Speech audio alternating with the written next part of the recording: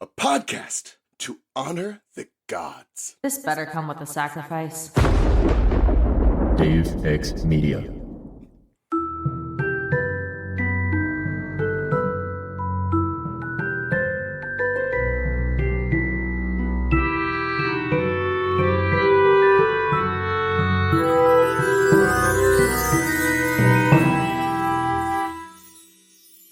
Welcome to the restricted section where I did not write an intro to this episode. With me today is Brooke. Say hello to the listeners, Brooke. Instantly dissolves into death rattle. What's up?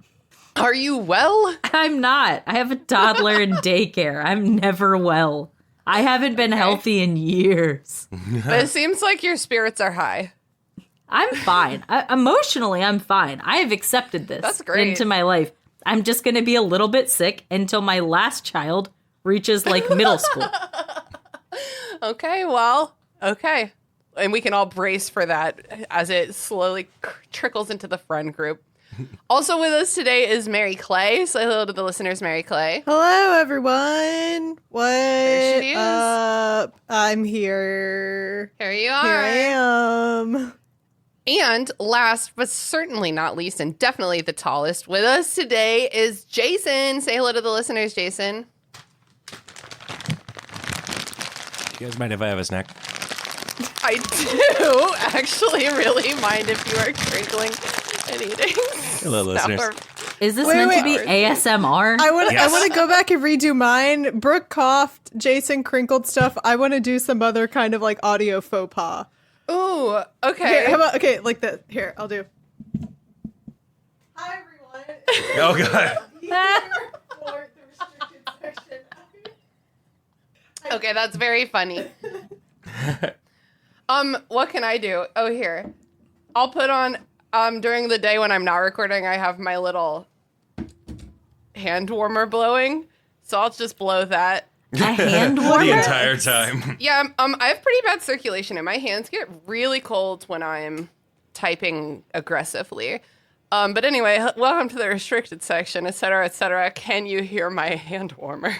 It's so cute. Can you see it? It's like a little... That is very adorable. Oh. I have a drawer full of slime for my professional hands.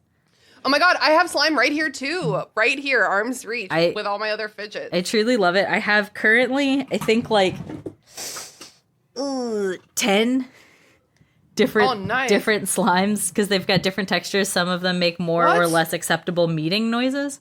Wait, tell me more about slime sometime. Please tell me there's just a bunch of farty slimes in there, and those are the ones that you unfortunately learned were not meeting appropriate. No, they're just some with like really loud crackles that I thought were more subtle than they are until I like was in a meeting playing with it and I could see someone politely ignoring it. Like I could see it in their face. That they were trying to politely ignore that there was just occasional loud cracking noises. Tina, I will literally bring my slime collection over to your house on Friday because this slime is not good enough. I've kept meaning to bring it with me, but this is like me coming out. Like I've not told a single person that I've ever purchased adult slime because it feels so fucking silly, but I actually love it. Oh, I'm proud of you, Brooke. It's so nostalgic. I remember slime when I was a lad. The Nickelodeon days. That's all I have to. Yeah, Yeah, very Slime different Time slime. Live. Yeah. Yeah. Hell yeah. When Layla and I started Burn Before Reading, I lovingly made an accessibility move for her, and I bought her a bunch of fidget toys. But they come in packs of like 8. So, and one time she wasn't at movie night. Remember Mary Clay, and we were just testing all of the fidget toys that had come in. I was like a child, and I was like, I don't think these fidgets work. Fidgeting.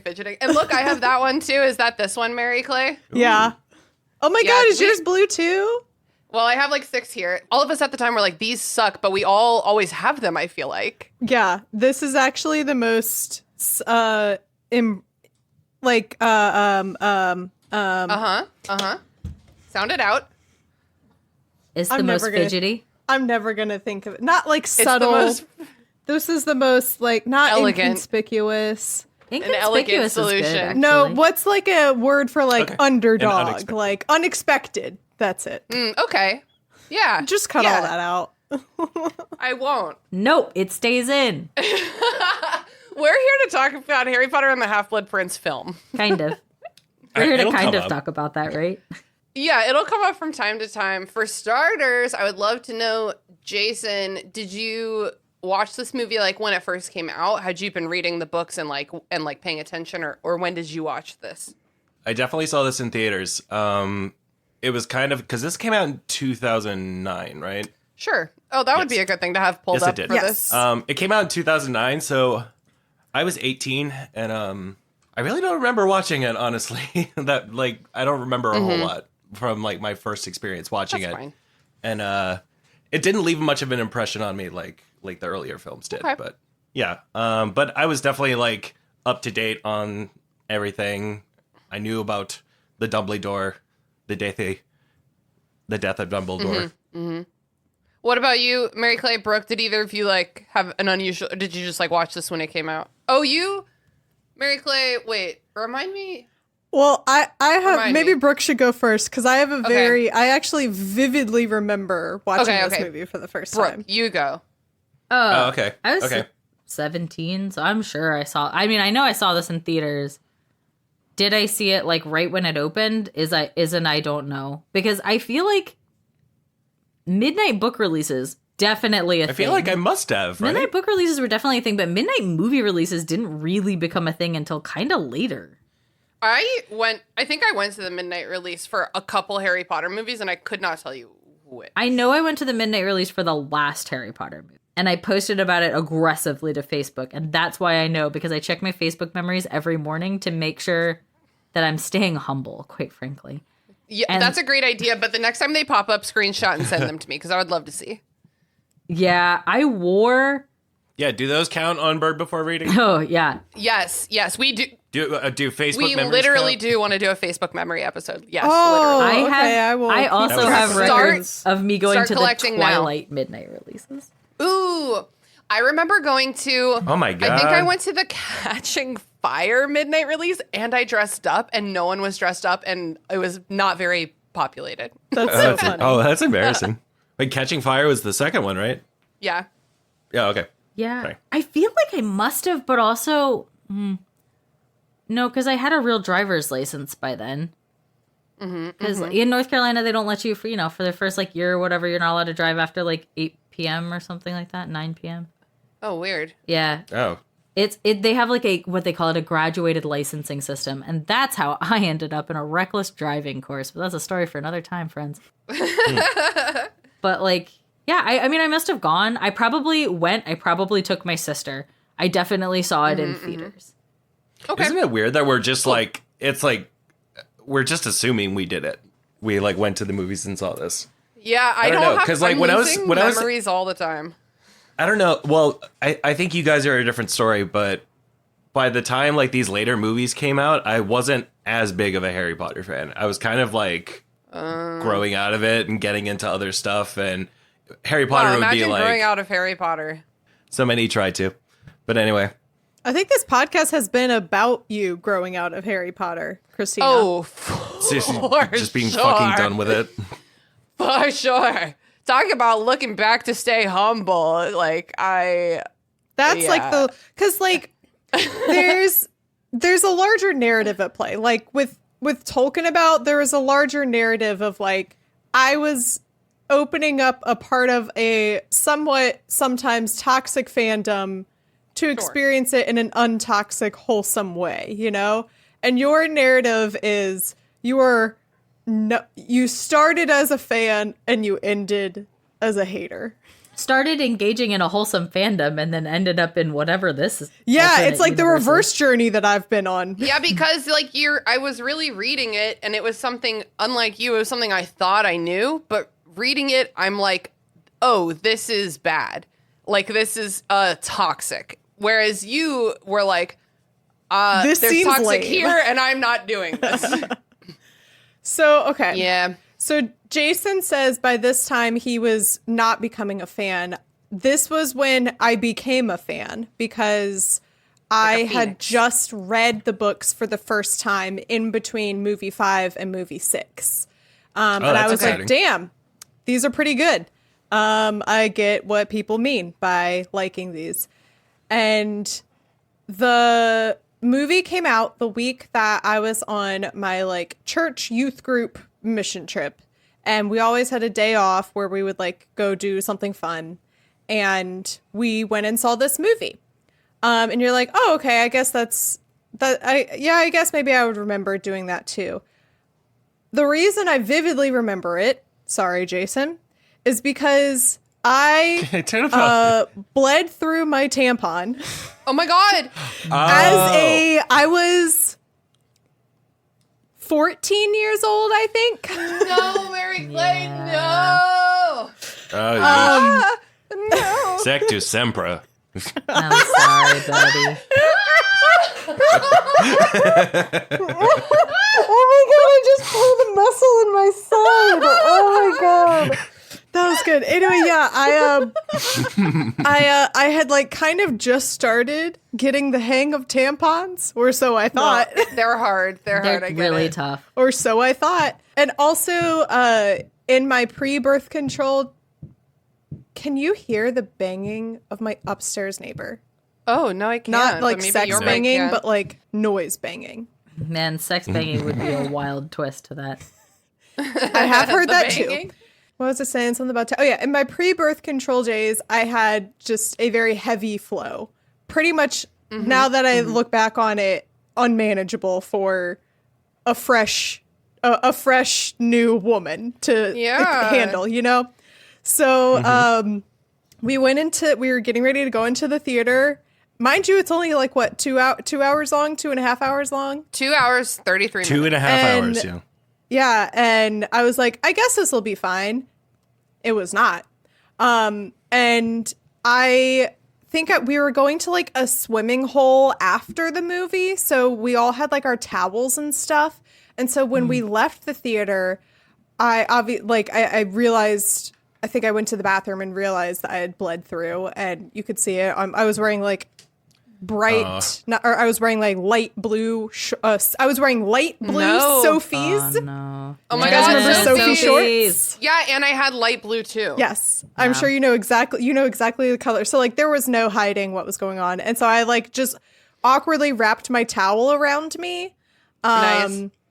And yeah, Like a cool dude. like a cool dude. But aside from the trauma, I do also vividly remember getting into the church van, the youth group van, afterwards. Oh my God. And just like ranting with like one or two of the other kids who had also read the book about like, because this was my first time I had read the book before watching the movie.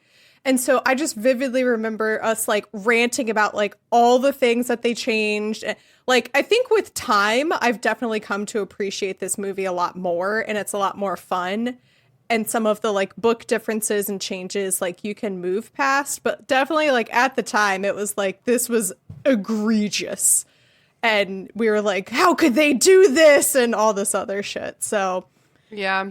yeah, it was a traumatic day in two senses. That's wild. I know. That Busy sucks. girl. You always got to double up on period supplies. I've used a single method of birth control my entire sexual adult life, but I've always doubled up on my period supplies.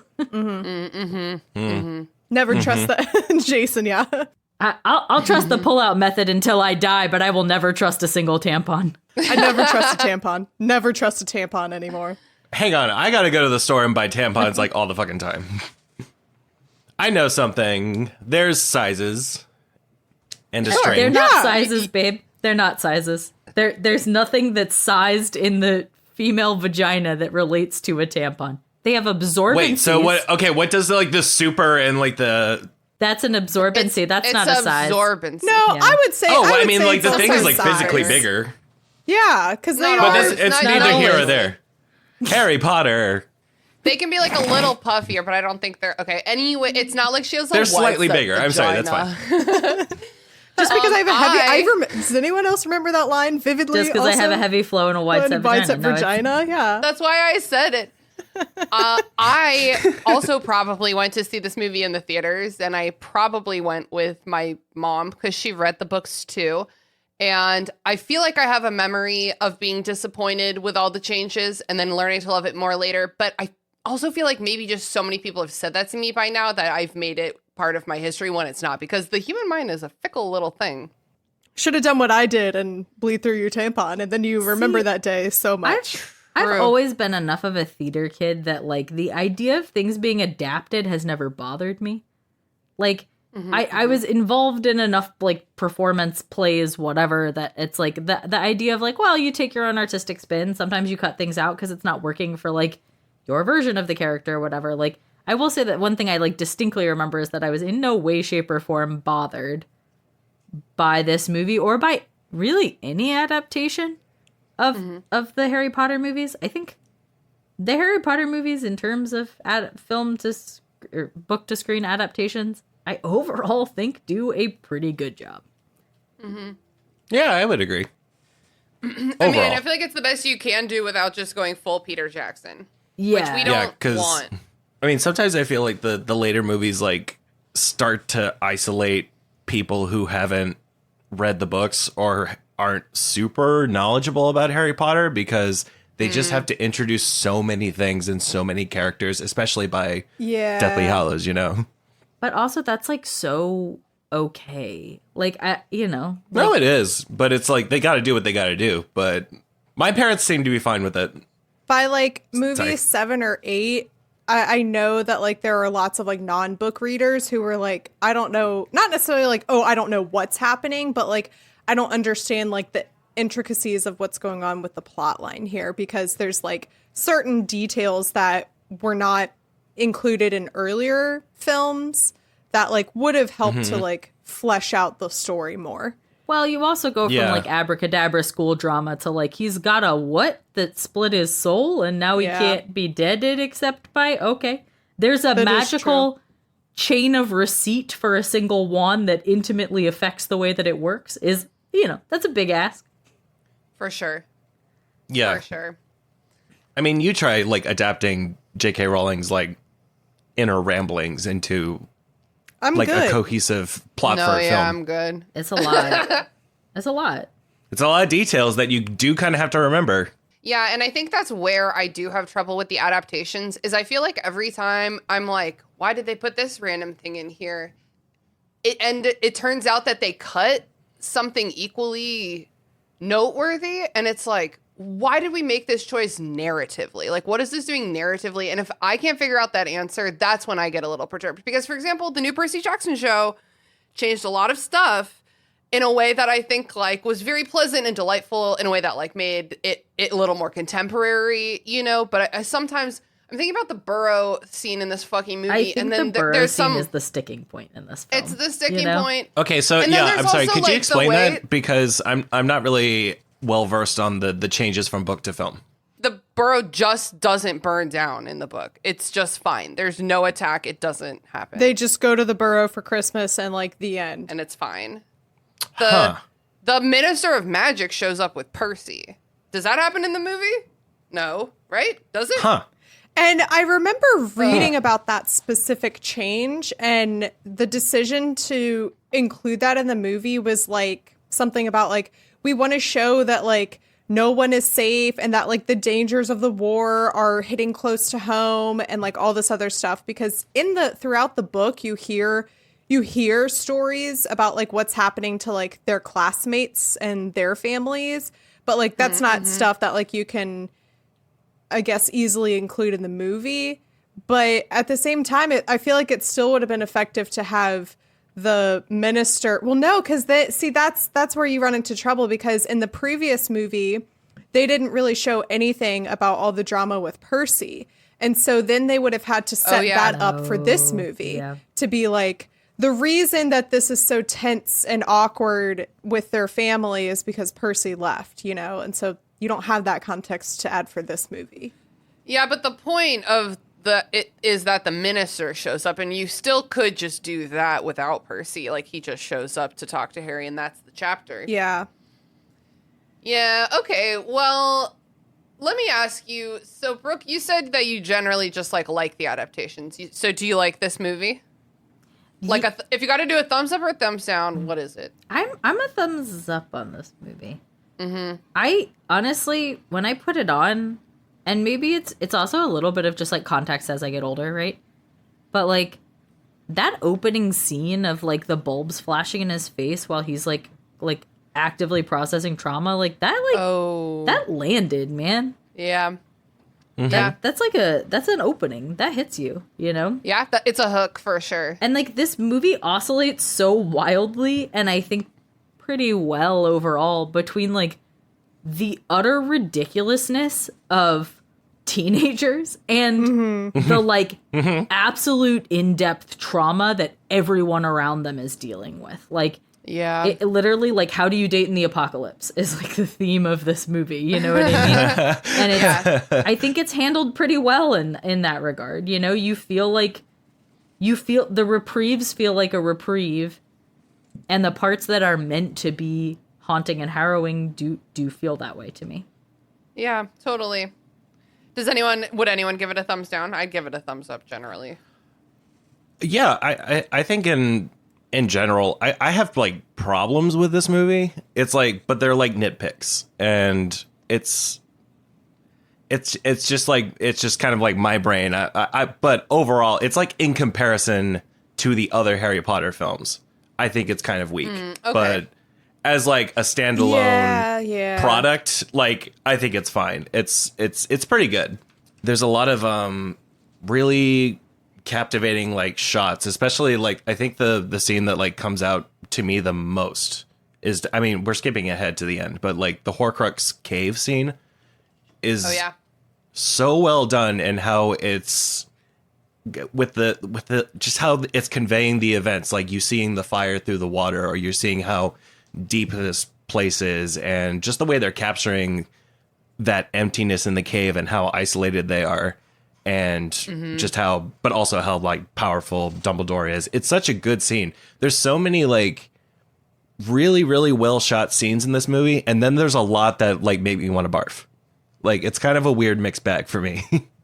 Huh, interesting. Because I don't know, we were talking. I would like to know. Well, it's okay. It's because like I'm a dorky guy with cameras, so I noticed color. I noticed like color collect. Oh my god, I noticed color correction a lot, and this movie in general. Actually, I'll get to that later, but this movie kind of has like a very weird sort of greenish brownish haze over a lot of the parts, and sometimes those scenes, like we were commenting on it, like when we were watching it at your house, Tina, like people's skin doesn't look quite natural, and like there's like this greenish hue, but that's like, again, that's like a minor nitpick. That's like something because I do actually really like the cinematographer for this movie. He's done a lot of good things, like the Across the Universe, which I really love, and then that Tragedy of Macbeth, the A24 one. Yeah, that's the Tragedy of Macbeth. The one the Coen brothers,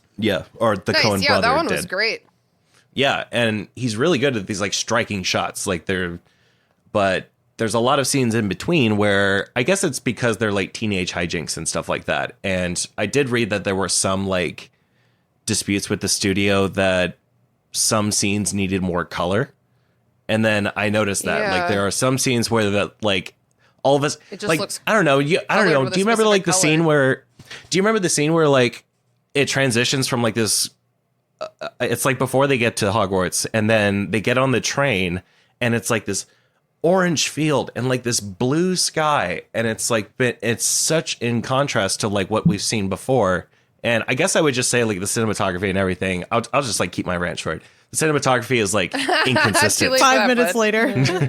I mean, there was like a lot of green I noticed, and also the cover of this book is like totally green. So I was wondering if they were trying to force some kind of vibe connection there. Yeah, because the Half-Blood Prince has like blue tinge and.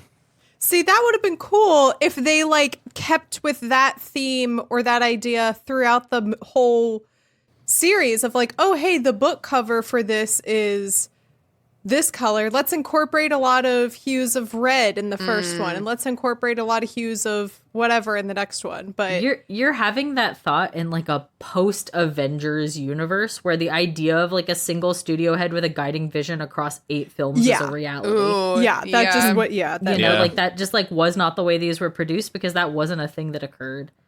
True. But I will say the moments where the color difference strikes me the most is the way that they costume Lavender Brown. Oh yeah, she's a little pop of color. She is in every single scene. Oh, right. Yeah.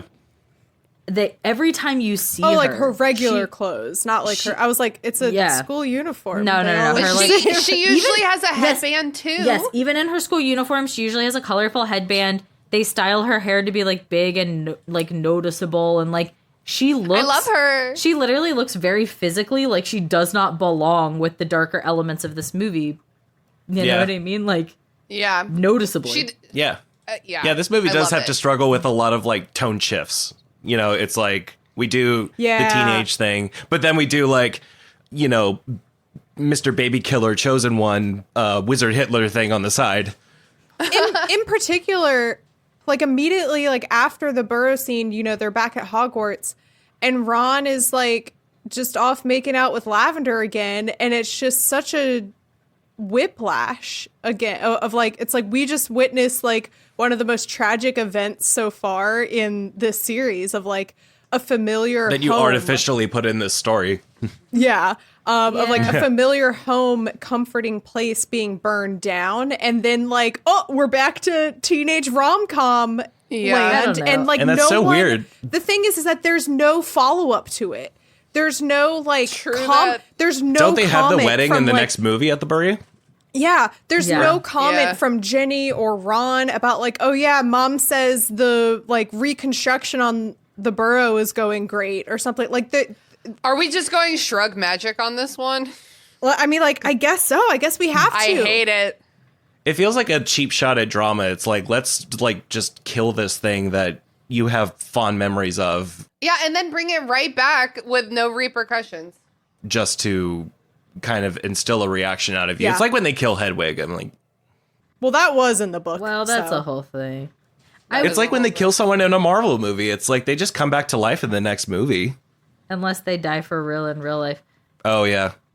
I've watched Return of the Jedi now. I was so good. convinced that Obi-Wan was going to come back in full. Like, I was like, yeah, it's obviously he's going to come Like back. Gandalf the and White. a Gandalf the White moment. It's so obvious. And I still think Oh. that should have happened because he says, like, in his fight with Vader, like, if you kill me, I'll just be stronger. And like, that is Gandalf the White to a T of like what happens to Nope. him. I was so convinced he was going to come back, and it did not happen. Dead is dead. So, Dead is anyway. dead. This is until it's not. As much as I hate this fact, this is a Harry Potter podcast. Yes, good point. So do we want to talk about the plot or are we just gonna like No. talk about like elements of the film? I'm saying this kind of in like an off mic capacity. We can take this either direction. I'm leaving it up to you, Tina. What do you want to record? I feel like trying to go chronologically is We don't need to. 'cause- impossible. But I what I do have in front of me. Okay, so here's an unhinged thing that I'm doing right now. I am using our Discord chat from the watch along as my notes to remember what happens. Oh in my the movie. god. Wow, that's bold. Okay. Yeah. I do remember one. I do remember. Okay, it was probably the funniest line in the movie. There's so much like awkward bad comedy in this movie, but the unintentional laughter I got was when okay? I can't remember what scene it was, but Harry Potter just blatantly says, "Sorry, my parents are dead." What? Do you remember this? I don't remember I don't. Really? Okay, never mind. But like, I remember He- just well, like he says busting out he laughing. does like, but I am the chosen one. But that's The- kind of, I thought that was like but I am the intentionally good. Chosen one is a funny line. Also, This is when pincers- Daniel Radcliffe gets pincers are classic. good at acting. This Yes. is I think when he starts to get a he's little like, weird. Yeah. He's like, Yeah. I think I understand Harry Potter as a character, and I'm gonna like. I think he brings a lot of like book Harry to the movie. Well, listen. Book Harry only starts figuring stuff out and acting of his own accord in this book. Yeah. It's the first book he's ever done that. And Daniel Radcliffe, he's the next Nicolas Cage, because you have to show him where he gets to fucking lose it. Yeah. And if you don't show him, it's not going to be organic. But if he's working toward or away from a moment of like losing it and just being like very, very raw and wild, that's just how they operate. And so that's why Daniel Radcliffe is so good in these movies like Horns and like Weird and like these movies where he just gets to really He has guns have a for lot hands. of fun. Oh my god. Oh yeah, what was that one? Guns Akimbo, right? That one was Guns Akimbo, but we watched Swiss Army Man. Oh, I love that Plays movie. The corpse. I love that movie. Really upsetting movie. So that's why I think he is good in this movie for the first time, because I think it's the first movie where he is trying to be a good actor, and I think it's the first movie where he therefore figured out how to have fun with it. Yes. But I think this is the movie where I think all the actors start aging in different directions as well. Like Tom Felton looks like a 38-year-old man in this film. No, he doesn't even have his hair slicked back in this one. It's not. He's got like a weird bowl cut. But like, here's the thing. The He's point just got like a being very that like thin face. this was the movie where you start to see why studio execs were uncomfortable with the idea of producing 8 films cast based on 11-year-olds. Yeah. You know what I mean? It's a risky move. Yeah. Some of them grow into it. Some of them straight up don't. You know what I mean? There are people littered. This movie is littered with child actors who never got it. I think Emma Watson falls firmly in that camp. Yes, and me and Jason talked about that a lot on our Beauty and the Beast bonus episode over on the Patreon. Yes. Exactly. Yeah. But like this is a movie where you're watching like Daniel Radcliffe have this like breakthrough moment of like, oh, I can be a silly little boy. And Emma Watson is standing beside him like, I didn't memorize a line to respond to this, right? You know what I mean? It's like and then you've got Tom Felton off What do I having do? like I Being think a pretty traumatized. successful like trauma drama dump off in the corner. Every time you cut to him, I'm like, I like what you're doing. It's just He's unrelated. having a rough go of it. Yeah. You know what I mean? Like Yeah. and so anyhow, I think this is the film where the acting differences that you are inherently going to come to casting a bunch of unknown 11-year-olds really makes itself known. Well, and I Yeah. think that the most glaring, we have to talk about it, I think the most glaring evidence of that is the fact that Bonnie Wright and Danielle Radcliffe have negative chemistry. Negative chemistry Yeah, it's pretty- in yeah. such a way that Negative it is a good appalling way to watch describe them it. Kiss. I think half of it is also a failure of the script because they give no, like there are, again, you go back to like the earlier movies and they've cut out a lot of these like random like one-liners that Ginny will have, or, you know, these like scenes Yeah. that like don't necessarily, like I understand what, like I remember there's a scene in Order of the Phoenix where a chapter in Order of the Phoenix where they're like in the library and they're eating like Easter eggs that Molly sent them, and they're talking about how Harry can try and talk to Sirius, and Ginny comes over and she like starts eating one of like their like chocolate eggs, and she's like, just use, like, if there's anything I've learned from Fred and George, it's that like breaking the rules, you can do anything. And like that's like such a simple moment that like tells us about her personality and who she is that we don't get in the movies. And so now you've gotten to movie 6 where suddenly she's at the forefront of the movie and we don't know anything about her other than she is Ron's little sister and she used to have a crush on Harry. And that crush Yeah. was displayed as freezing. That's it. Just freezing. We It haven't- wasn't cute, really. No. Actually, you forget. In this movie, it is clear that Jenny's new personality is that she is fiery and good with the boys, as her twin brothers just declare. But the thing is like she's supposed to be. Well, I mean, yeah, that's why they were like, oh, she suddenly now has to be at the forefront of the story. So now we're gonna tell you, oh, by the way, she's She, like, makes out with boys now, fun and- and free, and she makes Do out you guys with boys. remember? Do you guys remember when Ginny sent him that Valentine's Day singing poem. Happy Valentine's Day. I just fucking remembered this Yes. episode comes out on Valentine's Day. Perfect. Oh, happy Valentine's Day. Wait. Okay, so that means I'm going to read it to you. Jenny, Okay. poem, Valentine's And like Day. that's something stupid that like I get why they Okay. didn't put it in the movie, but like No, I know, but it's a good character it's a moment. silly Listen, character moment. Yeah. guys, hello. Happy Valentine's Day to each and every one of my little restricted section pals. I love you so much. His eyes are as green as a fresh pickled toad. His hair is as dark as a blackboard. I wish he was mine. He's really divine. The hero who conquered the Dark Lord. Very solid. Oh, Happy it's Valentine's very Day, romantic. You love talking So- about dark lords and love poems. Here's the thing. In the books, Ginny is fun, young, hot, and sporty with a little Yeah. bit of a naughty streak. And Bonnie Raitt is a gentle, calm, old soul.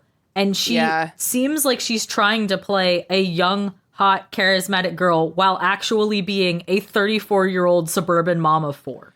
Yeah, yes, I'll agree with all of that. Yeah. And so it makes sense that she is not attracted to young She's wildcard Daniel Radcliffe. She seems too old for him. This whole film, you're like watching them together, and I'm like, I'm pretty sure this is illegal and not in the direction you think. And something that bothers me is that she is like 4 or 5 inches taller than him, and you can never Oof, tell yeah. because people worry way too much about that kind of shit in movies, and it pisses me off because if you're gonna love a short king, love a short king. But all of this leading to, I think, one of the greatest moments in this movie, which is when they're at the Burrow for Christmas. This is pre-attack, right? And Harry's having a conversation with Lupin, and I think Ron is maybe Arthur is in the room too. And then like the conversation comes to an end, and like Arthur walks away, and then Lupin just kind of awkwardly sits there for a second, and then he stands up and walks away. And then Ginny comes over and sits down with like a plate of like mince pies and takes one and goes, "Open up, you," and feeds it to him. And he takes like an awkward bite of it It's so because awkward. that's How the did- most awkward thing think to this- feed a person.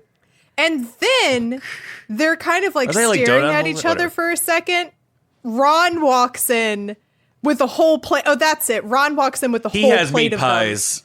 and She's got, sits like, little dough down balls or something. in between them, having no notion He of, can't read a of vibe. what just happened. He cannot read a room.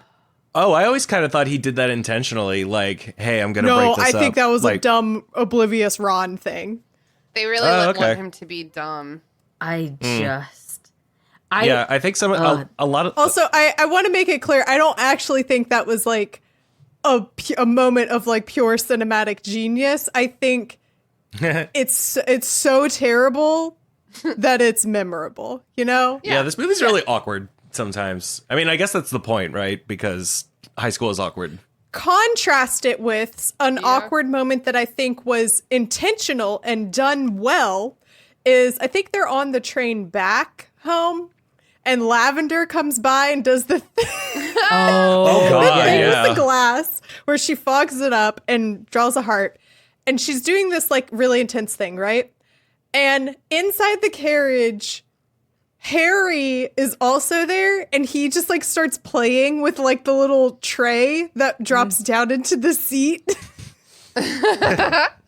Okay, Lavender Brown was played in this movie by Jessie Cave. Yes, Whoa, the cave. Best part of the movie, like there's so many She's great. qualms with this movie, right? She is not one of them. She is absolutely the best part of this movie. We should Yeah. mention that Sure. the character known as Lavender was previously in earlier films cast as a black actress, yeah, and they that they makes did Okay, yeah. they did replace her with a white girl, which sucks That for sucks a sure. lot. Yes. Unrelated to that statement, Jessie Cave did a really good job. Yes. Yeah. Yeah, I think that her personality is really big, and I just relate to her, and I want to protect her, and I think the portrayal is so good. They don't show, like, I mean, her and Ron have, like, a lot of, like, fighting and stuff. They just don't have time to show anything, and Yeah, it's always kind of implied, their fights. their breakup in the book Ron keeps pretending to be asleep when she goes to visit him in the infirmary. And then Harry gets him into some pickle because he is like wearing the invisibility cloak when Ron, Harry, and Hermione all come down from the dormitory. So Lavender is like, "What the fuck are you doing with Hermione, Ron?" And then and then they break up that night because Harry's having good luck, and that's good luck for Harry. But in the movie, Ron is like completely unconscious and like unconsciously breaks up with Lavender by being like, he goes, Hermione. Hermione. So stupid. And then such a Hermione. beautiful line from Dumbledore. Oh, to Hermione. be young and to feel love's keen sting. That is a good line. I like it. Yeah. I overall enjoyed the teen romance antics more in the last movie, probably, in terms of depiction. They felt a little bit God. more like it's all bad, right? Because It is all bad. Teen romance is Okay. bad, right? Like teen Yeah. romance is bad, and it's all bad because teen romance is bad.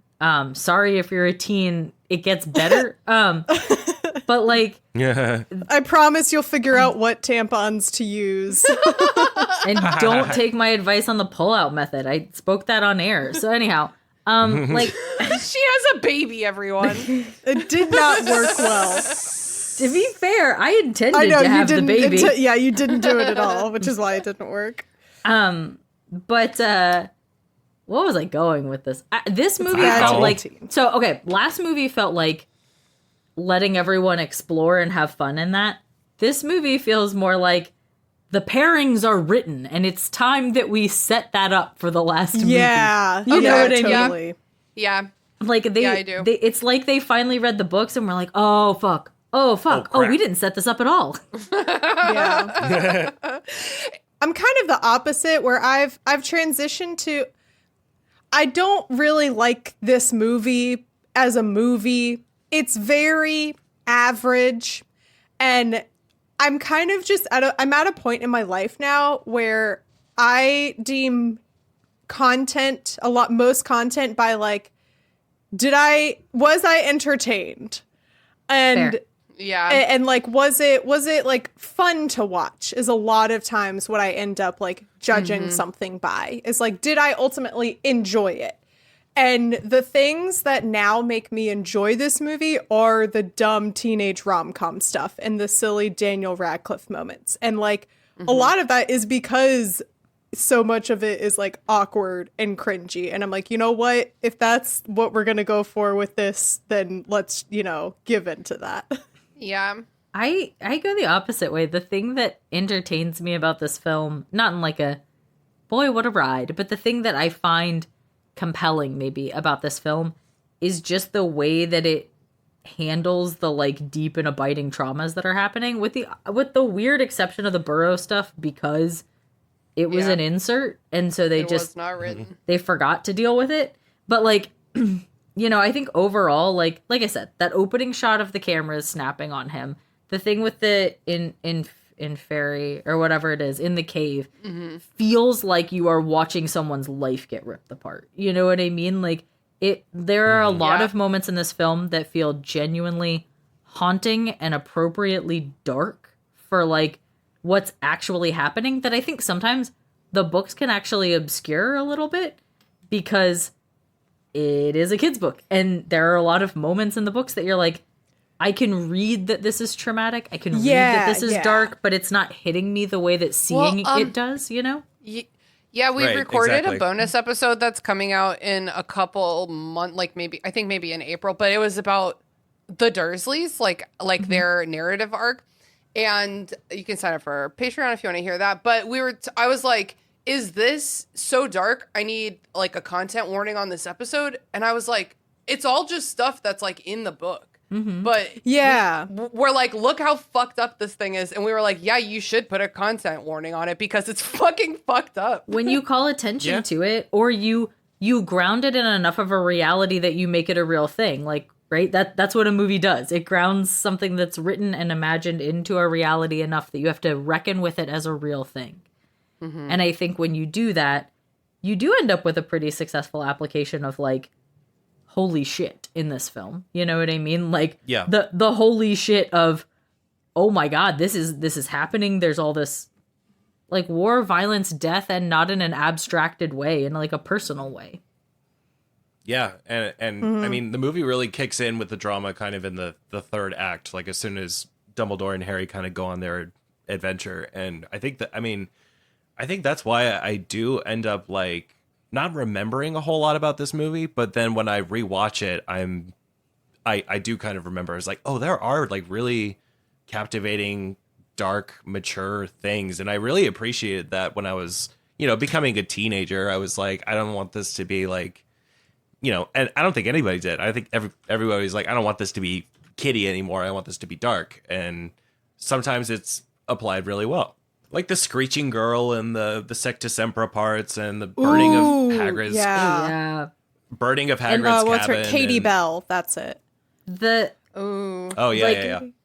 Maybe this is like I'm 14 and this is deep moment, but like watching this does kind of feel like that. Yeah. Watching the altered Slughorn memory is a thing that even as an adult, I'm like, yeah, there are memories that I know exist in my brain that didn't happen the way I remember them and tell them at this point. And I'm like, I'm aware of that. I don't know that I could reset my brain back to the original version. But also, I think that's also grounded in a reality of like, we know what it's like to have memories that you wish turned out the way that Slughorn has this distinct memory of giving Voldemort this knowledge that turned him into, that gave him this like immortal being, power. Yeah. And he wishes it happened differently. And so, he's magic, so he can technically make that memory different. But like the reality still exists within him. And everyone has memories like that where it's like, I'm just going to pretend this went down a different way. And I'm just going to live in my state of delusion. And it doesn't feel wrong or bad. Yeah, if you created one of like wizarding history's like greatest monsters accidentally or indirectly, I should say, I don't know. I could live with myself, and I think he does need to do that to just cope. He like to highlight another good performance is Jim Broadbent as Slughorn, because I do always feel. I think that's great casting. I love Jim Broadbent a lot. I don't know anything about the man, but I like. His He's a great character actor, and Slughorn has always made me like really sad. He's a very sad character to me because why? Because he puts on this, ruse that he likes, the finer things in life, and he loves discussing things like that are nice and friendly and just nonchalant gossip and stuff like that at his little tea parties with the students. But I always kind of see like this kind of trauma in his eyes, or like this kind of like internal sadness. Like you can tell he's very insecure. You can tell he's very desperate for friendship. Like to the point where he like takes a cursed job, like because he'll be back at Hogwarts. And well, because his best friends are students that he's kind of bribing to be with him so that he can tell other people that he knows them once they grow up. Yeah, that's more. You're describing networking. Yes, that's more. He likes to have connections to like cool things within the wizarding world. But I do understand what you mean about him. Like, I think he is always haunted by what happened with Tom Riddle. Yeah, he doesn't seem to call in any of the connections. Like they refer to him as like a collector. Like he just sets him on a shelf. Yeah, those people exist. He's also in like hiding right now, kind of. That's true. How did you feel about his performance as Chair? Okay, so I was going to bring this up. I believed he was a chair. I was going to bring that scene up because reading it, it's confusing and kind of abstract, and you're like, what the fuck, he's a chair, what does that mean? And the way that they chose, and like us also, this goes to like the visual effects department too, but like that combined with like the way I specifically remember seeing some kind of like behind the scenes feature where he talks about like, I imagined that like I was shaking off this part of the, like he like talks through like the physicality of that moment. Yeah. And like they just did such a really good job of bringing, there's a lot of those kinds of things from the books that like you're reading it and you're like, okay, whatever. And they choose to like really bring it to life on the screen, and you're like, damn, that's great. That's really great. Yeah. Yeah, nice little touch. I do like Dumbledore's the following scene where Dumbledore has a little Mary Poppins sequence. Well, let's go back like even a little bit further. Remember at the very beginning when Harry starts the book just like in a subway talking to a hot girl? Yeah.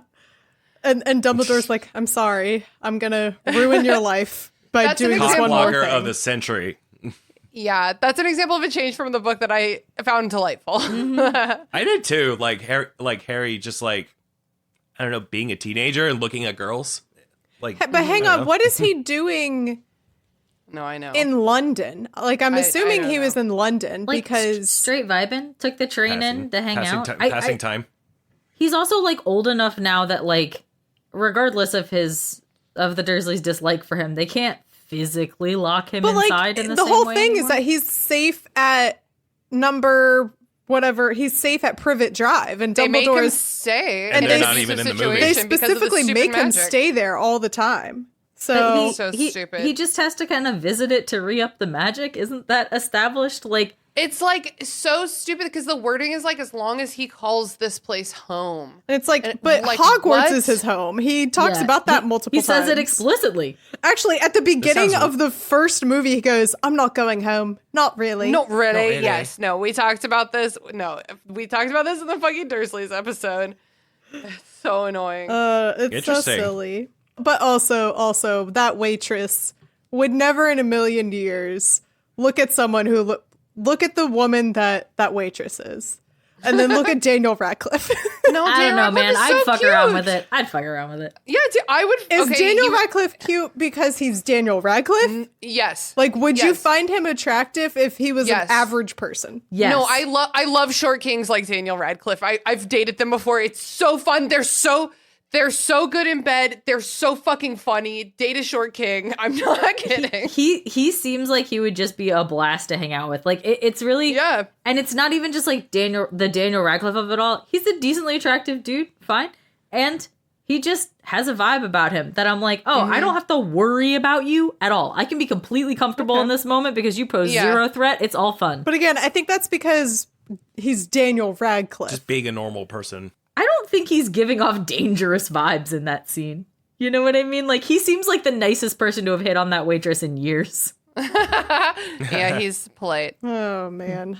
Oh, Harry. I mean, yeah. I know we kind of touched on it briefly, but I did want to really talk about the Sectum Sempra scene Okay. because Okay. Is it gay? I was more just going to say that, like, What? in the books, my brain couldn't make sense of what was happening in the books. Like, when I Yeah. read that description, I was just like, okay, he it got was hurt. a real bad time. Like, what Yeah. happened? You know what I mean? Like, it's something that my brain could not conceive of, and the movie makes it, Like the chair.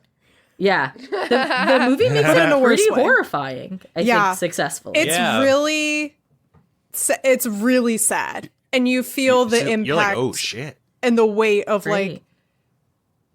because like in the books, I feel like Harry didn't actually feel guilty about that. No. I think he was just like, oh shit, I'm going to get caught. Let me go hide the book. Yep. In this one, in the movie, I feel like he genuinely was like, we need to, like, with the help, with the Yeah. encouragement from his friends, which then leads to another fantastic Jenny Harry scene. But like, you kind of feel the weight so much more because of it. It's so Yeah, the way the teachers react Sad. and are just like, there's like a what have you done sort of like vibe. It's kind of like when Yeah. a kid does something stupid, he doesn't realize what he's doing. Well, especially because we've kind of grown accustomed to watching some pretty out there magical maladies in this universe. You know what I mean? Like you need to see the reaction of those around him to separate it out from Seamus blowing up his face or someone being turned into a ferret and getting stuffed down someone's pants. You know what I mean? Like there's a lot of yeah. Oh, I weird forgot about that. there's a lot of weird unexamined body horror that exists in the concept of magic. You know what I mean? Like Yeah. Oh yeah, turning animals into water goblets and Harry Lot loses the bones in his arm. right. Yeah. And it's always kind of And played Dudley getting a tail. it's often played for laughs. And this Yeah. is the first time we try a bit of magic that hurts someone and it's not funny. You It's know not what I mean? funny.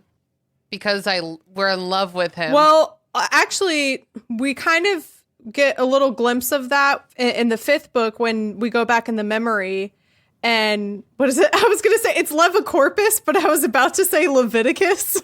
Yeah, it's definitely written in Leviticus. And we see like, and Harry uses it as a funny spell when he finds Levicorpus in the book, in the Half-Blood Prince book. But in the memory, in Snape's memory, it's like, oh, this is like being used to like torment someone. Like this is really awful. And It's such a visceral spell too, because it literally like opens up the body, and there's actually like blood in this movie, which I was it's kinda a shocked lot of because it. because it's PG. I was very Yeah. surprised Is by it? that. I thought it was a Interesting. 13. I thought so too, but like Interesting. Well, because everybody's I might be snogging wrong. the Here, whole we time. can look this up. We I have the it. I technology. forgot I pulled it up so I could refer to things like this. maybe in Britain it's different or something like that. But It is PG. Interesting. yeah, right? Isn't that weird? For how like adult it is, it's I don't know. Yeah. It's weird. This is an art. The first thing that comes up is an article, and it says parents need to know that Harry Potter and the Half-Blood Prince is extremely edgy for a PG movie. In all ways, it's very similar to the previous 2 movies, which were rated PG-13. Da-na-na. Yeah, see, maybe that was my thing. Is I was like, I'm pretty sure they were PG-13 after like 4, but well, guess we had one slipped by. But yes, I mean, I would think that Azkaban is 13. I will say, to keep this to the movie and not just a discussion of the plot of the book again, like I do think this particular scene, the Sectum Sempra scene, is a scene that you need to see it for the importance of the moment to land. Yeah. Like, so much of the magic that we've been exposed to, and so much of the magic that we see on screen, is lighthearted, except for the unforgivable curses. But even those are usually introduced as a joke, other than killing because someone The spiders or tap dancing. Yeah, You know? they were a little bit funny. Yeah, and it's all stuff you can't really comprehend happening to you because, like, I don't know, like a Cruciatus curse or like an Imperius curse or even Avada Kedavra. It just kind of like, it just like floods over. Like Avada Kedavra, you just like, it just floods over you and then you just stop. You're just not alive anymore. You just fall to the Actually, ground. seems like kind of a nice way to die. Sorry. Yeah, Honestly, yeah. immediate, And then yeah. yeah. and Cruciatus is like, you know, it's like a torture thing. We can't really comprehend like what kind of torture it is, but this is like very straightforward. This cuts you open and like, which, okay, so remind me, like, indulge my ignorance for a second. Did Snape create indulge that you. spell? Or did he like Yes. research Yes. it and he created it? Okay. He made Yeah, it. he that's- created it. He's that's a bad just guy, like- That's in case fucked up. anyone That's was fucked fucking up. wondering. But also, remember, That's like he school was a shooter energy. teenager when he wrote the book. So that, Yeah. and when he like made these spells and made these notes in the book, so that also gives us an insight into like, he was in very dark places as a teenager, obviously, because he goes on to, you know, join the Death Eaters and everything. He is a dark place. Like, he's a bad guy, but it's also, this isn't me having sympathy for like Snape the adult, but like Snape the child, it's very sad that like he got to a point where he was doing shit like this, you know? Well, and I Yeah. think there's an element of this, the fact that it's a peer-to-peer thing. Again, a lot of the bad stuff we see happen in Harry Potter is done to adults. In the presence of children, sure, but it's done to the adults. And this is you know, child on child violence. Yeah. It's child on child violence kind of for the first time perpetuated by our primary protagonist. And also with this scene, Yeah. there's no score to it. It's just the sounds of like them having the battle in the bathroom. Yep. Yeah, just like running water And- and stuff. It makes it like, I don't know, like more, it's like, this isn't cinematic. This is just like, this is intense anger, intense anger from Harry's side at Draco. And then Draco in this like very stressful, traumatic spot in his life. And like these tensions coming to a head. And like, that's all that it is. It's also two of the better child actors from the main cast actually getting to like apply themselves in an encapsulated moment. Yeah, I feel like they both like care about executing like a nice scene. It's one of the Speaking- few times you're watching it and you're like, wow, there's like actual like chemistry here.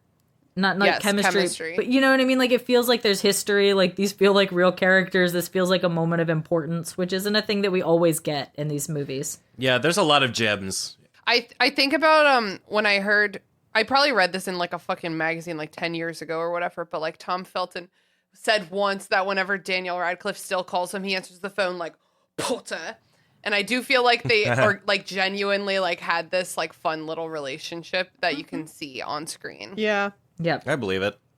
To talk about something happier, we just have a lot of really great Luna moments in the movie. I think we see for the first time, because Quidditch was cut from the 5th movie, we see her lion hat in this movie. Oh, yeah. Yeah. She rescues Harry at the beginning, and she's like, I know a spell that can fix your nose. And it's like a like really gross, horrific spell that she just like her like sweet little soft voice, and you hear like the crack of Harry's nose. It mostly works on toast, but it'll probably work. Oh my god! The comedic moment, like timing and editing of Harry being like, yeah, I have a date to the dance. Someone fun, someone cool. Cut to Luna. Wow. I know. I love her. When I think I've said this on pod before, but when these books were first coming out, me and my friend Lainey would like practice our British accents together because we were gonna go audition to be Luna Lovegood because we were like so quirky. That's you know? Oh my god. precious, though. I love it. I'm literally undiscovered talent. I didn't even notice her giant lion head like blinks and like reacts. No, it's good. Its eyebrows would Yeah. like mimic her eyebrow movements. I never noticed that. And Oh, thought it was a I nice know. little Yeah, I detail. didn't. I've It's never good noticed that too. magic. Yeah, because in the book it's like a magical. It like roars and everything, and this one it's just like an intense craft project. Yeah, it just kind of looks like someone at Comic-Con just chilling in a costume. She's a Ravenclaw. I feel like that's like one of her inventions, you know? I read on Wikipedia and I took it at face value that at the time of its release, this was like the most expensive movie ever made. It cost What? like $250 million to make this movie. What? That's Yeah, it must be the VFX or something like that. But like, do you think you see that on the screen? I don't know. I Do mean, you they're see- doing I mean, a yeah, lot I think for I sure. think they They're were doing a lot. certainly just given so much money at this point that they're like, I guess we'll use it all. Like, I bet they could have been yes. like they could have done it probably for like $500K less or something. You know what? I don't know what Only what money 500 means. out of a $250 million budget. You I don't think know they what could have money shaved means off only beyond what I 500,000? make a year, which is not 500K. I need a pie chart now. But like, I mean, but like, you know what I mean? That like I'm sure that like they had a budget in mind, and then someone like kicked down the door and was like, "You guys aren't going to believe this. We're rich." That's how my whole wedding happened. We were planning on like a very, very limited budget. My parents were like, "Does this work?" And we were like, "You're just gonna give us that? What if we don't spend it? Like, Wow. what if I don't spend enough of it?" And they were like, "I don't know. This is for your wedding. It's a wedding like, present, yeah. It goes away after." And I'm like, well, fuck. And that's how you end up with things like a cotton candy machine, your own custom coffee blend. I was just Hell picking yeah. things. And you had a cape. You had a cape, Brooke. I had a cape, yeah. I'm on the opposite side of that, Brooke, where my parents have used all of my wedding money. They're like, Mary Clay, we're really planning on you eloping. Yeah, I get the impulse, but I don't know that I see that money on the screen here. Like, Yeah, I'm trying I'm to like wondering- pick out where the 250 mil went, and I feel like a huge chunk of it's got to be salaries. Maybe that's why they added in the burrow scene. Part of me wonders if it's maybe because the actors were becoming more expensive to come back. Right, 'Cause, like you can I feel like read- a lot of that salary. I read Maybe it was reports for that Jim a cou- Broadbent at this point. I read a couple of reports that like, or I mean, this is just Wikipedia, but that like some of the actors were actually considering not coming back. Like Emma Watson was Whoa. hesitant to come back. Pourquoi? Did they say why? She didn't want to be typecast as a nerdy book girl. Well, that would mean you Girl, have you to have the thought- ability to act beyond that. That's I was the gonna only say, thing you- she is. What the fuck? You thought your acting was going to get you anything but that? She did Beauty and the Beast. Radcliffe and Grint were initially hesitant to continue, but agreed. Emma Watson considered not returning, citing fear of being typecast, but eventually decided that the quote the pluses outweighed the minuses and could not bear to see anyone else. Don't finger anything with the pulse, Jane. She said, Jane, no. But it said she couldn't bear to see someone else play Hermione. Well, So, yeah. I mean, halfway Because through they would the be so much series, that'd better, be I bet. crazy. That's not even halfway through Yeah, the series. That's seriously. more than halfway through the I series. know, yeah. It's like It's at that. much way- Yeah, if you're gonna not come back, stop at book 4. You know, like Yeah. Book 3. Book 3 is where you can bow out. Yeah, once the David Yates directing starts kicking in, that's like the official characters of so and so. You locked and Because loaded they changed at that Lavender juncture. and and also I thought it was kind of funny. There's also an interesting fact: the guy who played Tom Riddle in Chamber of Secrets wanted expressed interest in coming back for flashbacks, but he was too old. Ooh. Well, no, At he's the so point- hot. That guy was so hot. At the Yeah, he was. time of filming, he was 30, so I don't think he would have worked as a young Voldemort. okay, but also like I don't Daniel know, man. Radcliffe was 25 or whatever at this point. Yeah, So, like, also true, I yeah. grew up with Disney Channel original movies where they were like, look at this spry 40-year-old teen in high school. Yeah.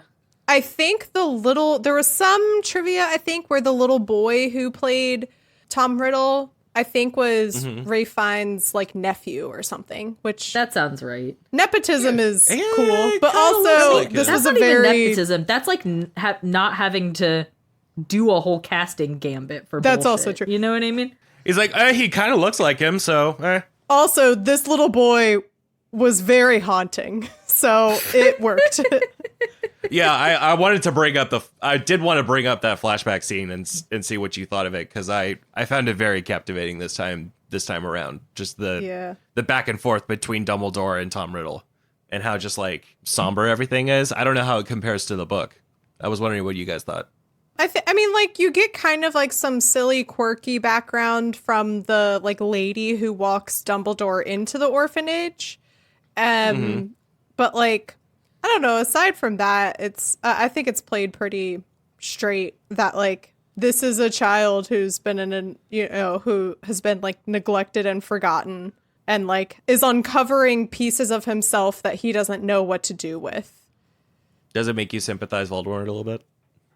Well, yeah, Yeah. because I think they're trying to deliberately make him seem like he's a foil to Harry. They have a similar upbringing of being neglected and abused, and and orphans, Harry okay. turned out the shining good boy, and Voldemort turned out evil.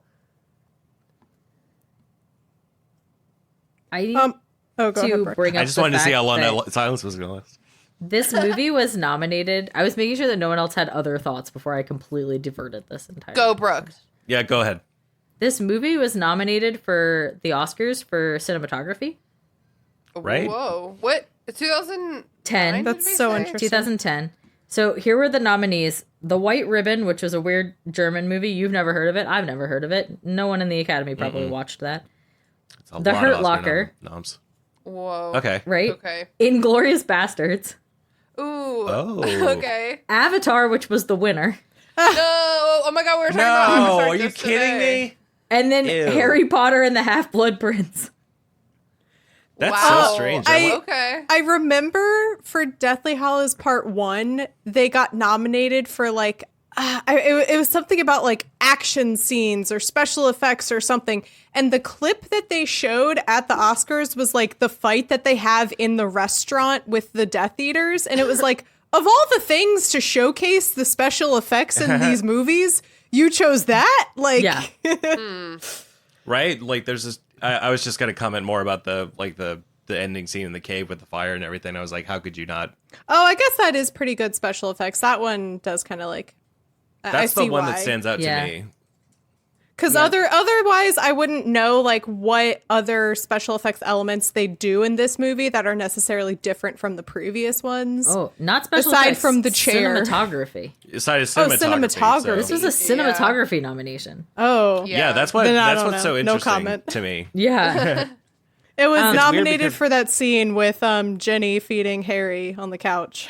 Shut Oh, up. God. No. I have a problem with the way this guy blocks like romantic scenes. He always just like it's like Here's a the kid thing. with dolls. It's Yes, like here's the thing. You have to put their feet together. Like, you have to make their bodies close to each other. They always have like to. a good foot between them, and they're standing like right. And they don't do mirroring anything with each their other. hands or their arms. Yeah, and it Horrible. looks so awkward. I'm like, people do not stand like this. I know it's awkward, and I know British people are like kind of awkward inherently, but it just doesn't seem believable sometimes. And I think that could be directing or I don't know, but because like in Order of the Phoenix, kind of had the same problem too with him and Cho's kiss. It's like. But I'm that's supposed to be kind of like Yes, weird. that and one's supposed to be weird. These ones are supposed to I be guess so, sexy, yeah. and they're even weirder. Yeah. It's even weirder because it's like Ron's sister. Well, I guess that's not too weird, but like it makes the situation very awkward. In the books, Ginny just is like making out everywhere, and she just is like sexy and good at making out. Like Yeah. it's like so organic for her character in the books, and in the films, Bonnie Raitt just doesn't seem like a hallway necker, but she gets caught necking in the hallway in fucking in the book. She don't need no love potions. Bonnie Raitt has the energy of someone who saved herself for marriage, not for religious reasons, but because it felt right. So the thing that I just had a visceral reaction to, so I like looking up the IMDb trivia facts for any given movie because Yes. they're bad. One of them is like, did you know alternate versions, right? And it's like some dubbed versions change the name of characters to match their novel counterparts, which rev-a-fucking-lutionary. But they say examples include Hermione, who in the German version is Ermine. Okay. Fine. Which is an actual French name, though. Like Hermine? Yes. But are you ready for this? I don't know if we've brought this up on the pod before, but it's important to note that Dumbledore in the Dutch version is called Perkamentus. Pergament. Ooh, I love it. That sounds like I'm a stealing spell that you say to summon Percocet. Perkamentus. We actually did talk a lot about translations in a bonus episode last year, but we many didn't bonus come across episodes have you that plugged? one. A lot. They're great. Go check our Patreon. But I didn't learn about that name translation. That one's really good. Other fun, not so fun facts. Well, as Tina always reminds us, I'm going to tell you a fact. You tell me if it's fun. This one's definitely not. Dame Maggie Smith completing filming for this movie while undergoing radiotherapy for breast that cancer. one's sad. I do kind of. Oh, remember wow. that. Dame Maggie Smith, more like damn Maggie Smith. Woo! Fucking badass. And apparently, Dana Radcliffe sees this as his least favorite performance in the franchise, What, really? stating in an Aw. interview in Aw. 2014 that he was, quote, just not very good in it and called it hard to watch. He revealed that he was Whoa. struggling with alcohol at the time Yeah. of filming and could tell in certain Yeah. scenes that he was intoxicated. Ooh. Oh my So, god! yeah. I didn't know that. I I did kinda understand forget why about that, like too. it would be hard for him to like associate this movie with that time in his life. Wow. Yeah. Simply, Stop making faces. simply none of these are fun facts. Like all of these are horrifying Dark, facts. yeah. That's just the later Harry Potter books in a nutshell. Like It's not fun. Horace Slughorn's outfits were designed to look rich and elegant, but also threadbare and worn. They were washed in a powdery solution to make them appear they had gathered dust during his retirement. But also, Robert Knox, who played Marcus Belby, do we have any lock on who a Marcus Belby is? No. Was tragically stabbed to death just a few days after filming Wrapped. What? Oh my god! Here's a Movie's bummer cursed. fact. It's the guy. When we were sorry, watching it's the this guy who movie- like It's the guy with the big teeth, isn't it? What? It's the guy who like stuffs his face with ice cream. That's like the only picture of him that comes up. No, that's like, not eating Marcus out of a bowl of Belby. ice- That's someone else.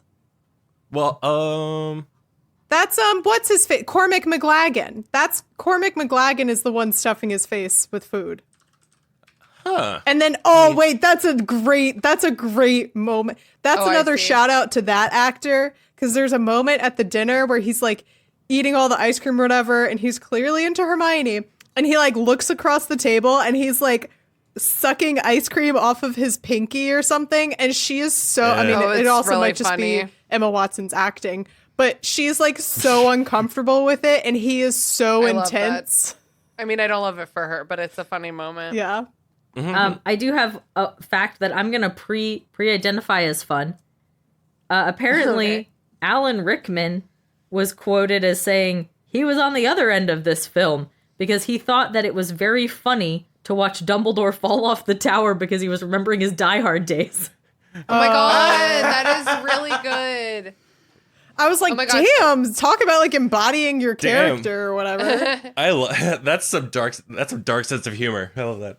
Speaking of Alan Rickman, there was that one scene, The Unbreakable Vow, where it was Alan Rickman, Helena Bonham Carter, and what's that? Oh, bitch's what's name? her name? I said it Helen like 6 McCroy. times. Helen McCroy. Helen McCrory. And I was like, damn, 2 of these 3 people are passed away, and that was very sad Yeah. while you're watching that scene because they're all such good actors, and that's like such a good scene. Yeah, that too. I personally feel and that what's way. his name? I'm sorry, I forget the guy's name who played Dumbledore. Michael Bannon? Michael Gambon. Gambon. Oh shit, he passed away died recently too. Oh yeah, I And just Hagrid. forget. Too much facts to keep in my Well, brain. Hagrid was like 2 years ago, and what's his face? Robbie Coltrane, I think, was like 2 years ago now. Oh, so okay. So not I guess I'm not as fresh. still not over it, Mary Clay. I'm sorry. Another thing that we didn't get in this movie that I just like really enjoy in the books is the whole like Fleur and Mrs. Weasley relationship. Yeah, Fleur's not here. Bill's not here. Yeah, we like don't have Oh. time for that, and Yeah. I get it, but it's like so good. Which in is the book. again another thing that like in the next movie, because it wasn't set up in this movie, is very random. That it's like Fleur's back. They got Because the last we married. heard of her Yeah. in the movie universe is that she lost the Triwizard champion. Yes. You know? Fleur is Like, back, and now she fucks. Yeah, And now imagine just she's being like a casual boinking, now she's fan. marrying Bill. Yeah. Yeah, just imagine just being Yeah. a casual fan. It was like, oh, that's the dragon guy, and he's married to the French lady that Ron was staring at the butt in the 4th movie. Yeah, and Just I to think catch you up. actually No, I think that's not the dragon guy. To be clear, that's Charlie. That's Charlie, This who's one's never in the Bill. movies. I think Yes. the Oh, next movie is yeah, the you're right. first time we see Bill in like as an actual person with lines. Yeah, hi, other Weasley. Yeah, so again, yeah, just like a lot of, and then no Tonk sloop and stuff in the movie. So you just have an awkward Yeah. thing in the next movie. Oh wait, no, there is a little glimpse of it in the movie. They say that one of the fun facts was that So fun. at the Burrow you hear them refer to each other as sweetheart. And Yeah, a so I guess user they're just- submitted that is incorrect because in the books they clearly state that he was rejecting her advances and they decided Yeah. to let his guard down after Dumbledore died because life was too short. Okay. So they don't get together until after Dumbledore dies. The like tiny Easter egg moment you get of them like being in a relationship in this movie is that like they're about to leave and then like and Tonk said something like, "Not tonight, Molly, it's a full moon," or like, "It's almost the full moon," and then it cuts to Lupin like staring out ominously in like the grasslands of wherever the fuck the Burrow is now. He's like, I'm trying to run these grasslands. Yeah, like Oh yeah, there's another werewolf in this movie. I forget. It's not. It's Yeah, the Fenrir. grayback guy. He just kind of Yeah, shows he's up scary in the sometimes. movie. that was another helpful visualization of the movie because you hear a lot about Fenrir in the book, and they talk about how like, oh, he's a werewolf and he's bad, but like he's not bad because he's a werewolf. He like chooses to use his werewolf powers for bad, and like you don't really understand how that's possible, but then you see him and it's like, oh, he's like trapped in some kind of like in between like state of being a werewolf. Yeah. Did you have any more to Yeah, that, is that- Jason? To No, wolf no. nowhere. Is that something that's? Yeah, I was curious about that because is that? I just don't really know much about that character. Like, why does he kind of look like that all the time? Well, it- what I know from Twilight lore is that if you really give in to the wolf, eventually it's hard to come back to being Oh, you know what? I think the similar rules apply here. Yeah. I think Yeah, that's it. I Yeah. think there's the whole dichotomy of werewolfism pretty much anytime it's presented is that like there's a human being, it's a Jekyll and Hyde scenario, right? Jekyll and Hyde, Yeah. wolf. And anytime someone goes too far to wolf, they become more beast than man, sometimes physically, if not emotionally.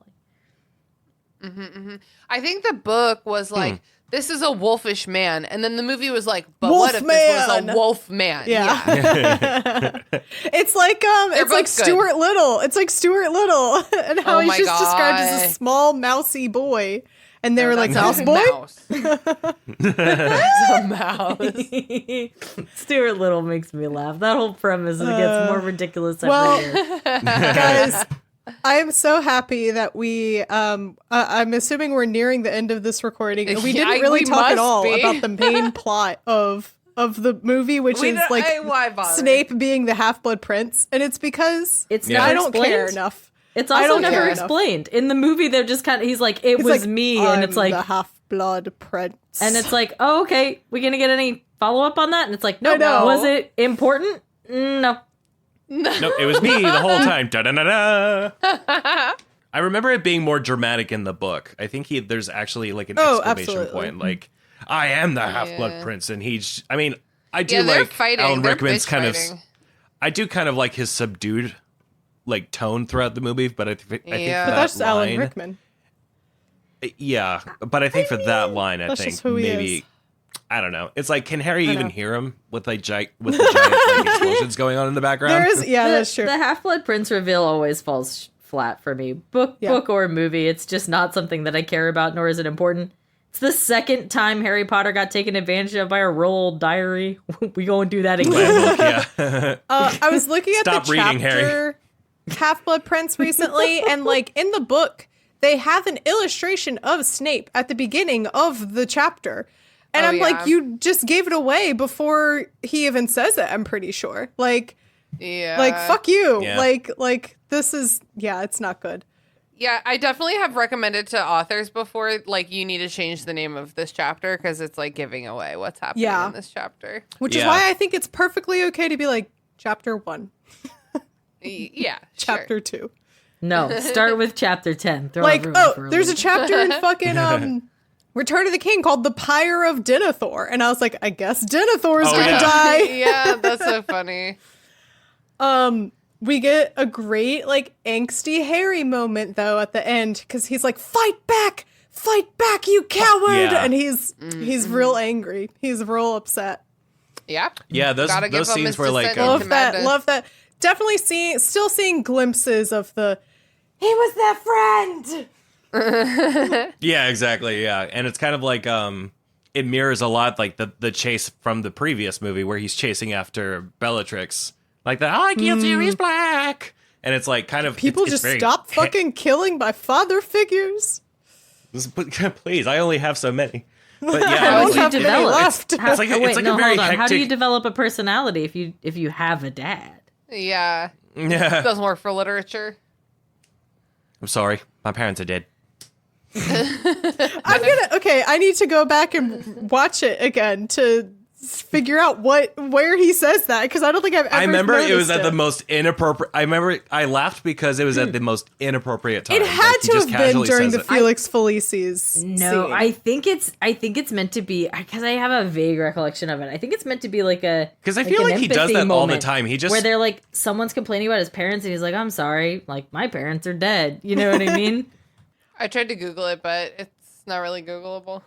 Yes, I'm sorry, my parents are dead's not returning the results you'd hoped for. I have a friend who will make lots of dead parent jokes, and like you'll be talking about like, man, my mom, blah blah, blah, and then they'll be like, I wouldn't know, my mom is dead.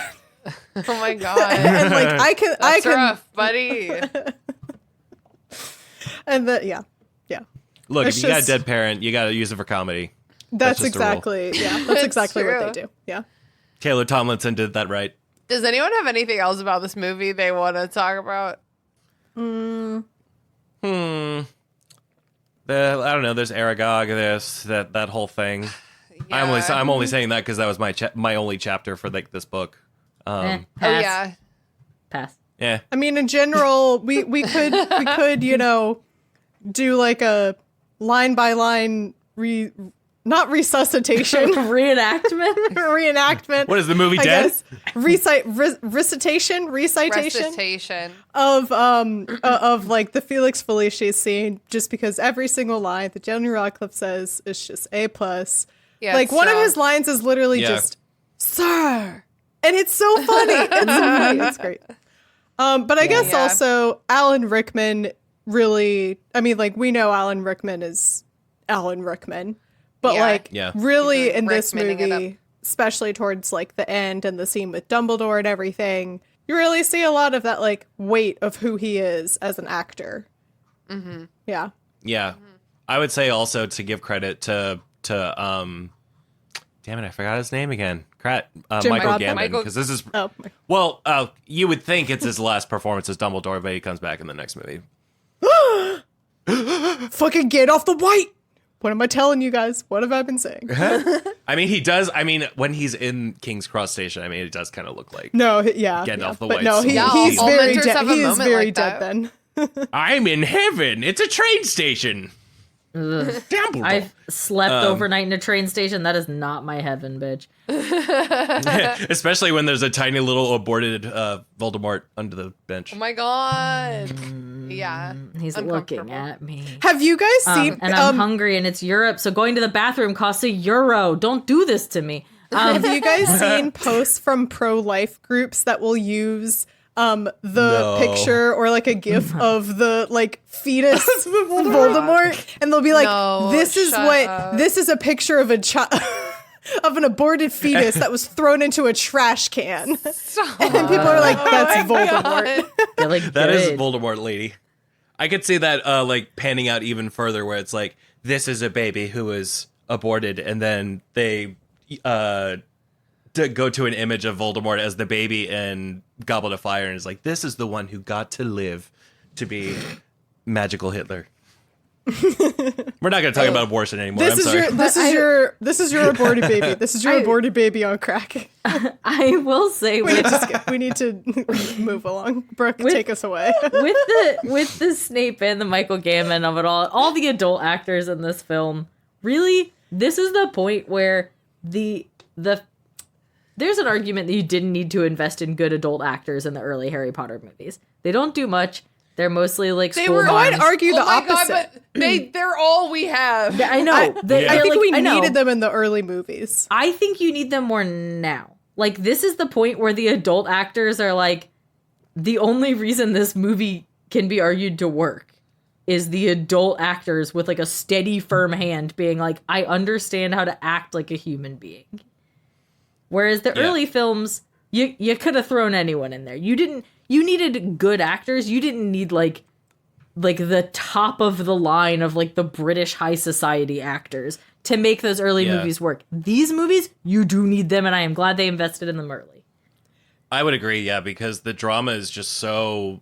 It just gets so intense in the later books. And especially because, like, as you grow older, you find out that, like, the parents can't protect you as much as you thought they could. And I think that's really well established in the sequence of events in this book, because it's like the confidence in adults to take care of the situation is just one by one going away. Like, everyone is dying, or foundations are being broken. Like, they've doesn't like the Death Eaters coming into Hogwarts, doesn't that feel so invasive? Like, you kind of hate that they're in there. Yeah, because in the Bellatrix book, just, we like, don't trashes see the everything. battle happen. We don't see it happening. We just see the aftermath. Yeah. And seeing Bellatrix in the Great Hall, like, dancing on the, like, tables and kicking all the dishware off, it feels like a violation of, like, this is, like, our safe place. It And is, also, like, you know, literally killing fucking my Helena childhood Bonham right now. Carter, like, so good. Killing it. So I just remembered a really brief McGonagall moment that in the beginning, Harry's like sorting out his schedule, and then she goes like, and take Weasley with you. He looks far too happy. And then it's like a cut to Ron, and he's like standing, doing something, like looking just really dopey. And then McGonagall, or rather Maggie Smith, just gives like this like disapproving, like, kind of a look. And it's just such a quick moment, but I love it so much.